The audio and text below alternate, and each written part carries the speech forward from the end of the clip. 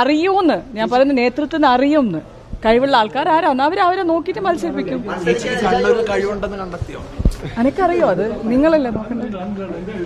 സ്ത്രീകൾക്ക് പ്രാതിനിധ്യം ഉണ്ടാവുന്നുള്ള ഉറപ്പുണ്ടോ? അത് സതീഷ് ഏട്ടൻ പറഞ്ഞിട്ടുണ്ടല്ലോ, വി.ഡി. സതീശൻ പറഞ്ഞിട്ടുണ്ടല്ലോ. അത്രയും പ്രാതിനിധ്യം ഉണ്ടാകുമ്പോൾ ഇത്രയും എക്സ്പീരിയൻസ് ആയ ക്ഷമയെ പോലെ ഒരാളെ അവഗണിക്കും തോന്നുന്നുണ്ടോ? ഞാൻ എന്റെ പാർട്ടി എന്താ തീരുമാനം എടുക്കുന്നത് അതിന്റെ ഒക്കെ ഉണ്ടാവും. ദേശീയ തലത്തിൽ സംസ്ഥാന നേതൃത്വത്തിലേക്ക് പോകാൻ ആഗ്രഹിക്കുന്നുണ്ടോ? സംസ്ഥാന രാഷ്ട്രീയത്തിലേക്ക്, ദേശീയ രാഷ്ട്രീയത്തിലാണല്ലോ ഇപ്പോൾ ഉള്ളത്, സംസ്ഥാന രാഷ്ട്രീയത്തിലേക്ക് പോകാൻ ആഗ്രഹിക്കുന്നു. ഒരു പാർട്ടി എന്താ പറയുന്നത്, എത്ര ആൾക്കാർ സംസ്ഥാന രാഷ്ട്രീയത്തിൽ ദേശീയ രാഷ്ട്രീയത്തിൽ വന്നിട്ടുണ്ട്, ദേശീയ രാഷ്ട്രീയത്തിൽ സംസ്ഥാന രാഷ്ട്രീയത്തിൽ പോയി. നിങ്ങൾ രാഷ്ട്രീയം ചെയ്യുമ്പോൾ അതൊന്നും നോക്കലില്ലല്ലോ. ജനങ്ങളെ സേവനത്തിന് വന്നതാ. ഒരു ജനങ്ങളെ സേവനം എവിടെയാ ചെയ്യുന്ന പാർട്ടി പറയും, അത് ഞങ്ങൾ പാലിക്കണം, അത്ര തന്നെ. താല്പര്യം അറിയിച്ചിട്ടുണ്ടോ?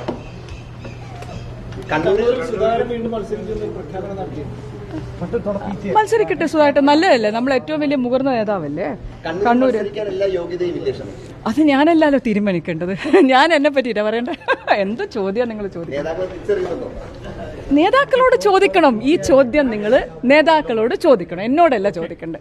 എനിക്ക് എന്നെ പറ്റി പറയാൻ പരിഗണിക്കുന്നില്ല എന്നൊരു അമർഷം മനസ്സിലുണ്ടോ? ഇല്ല, അങ്ങനത്തെ ഒരു അമർഷനൊന്നും എന്റെ മനസ്സിലില്ല.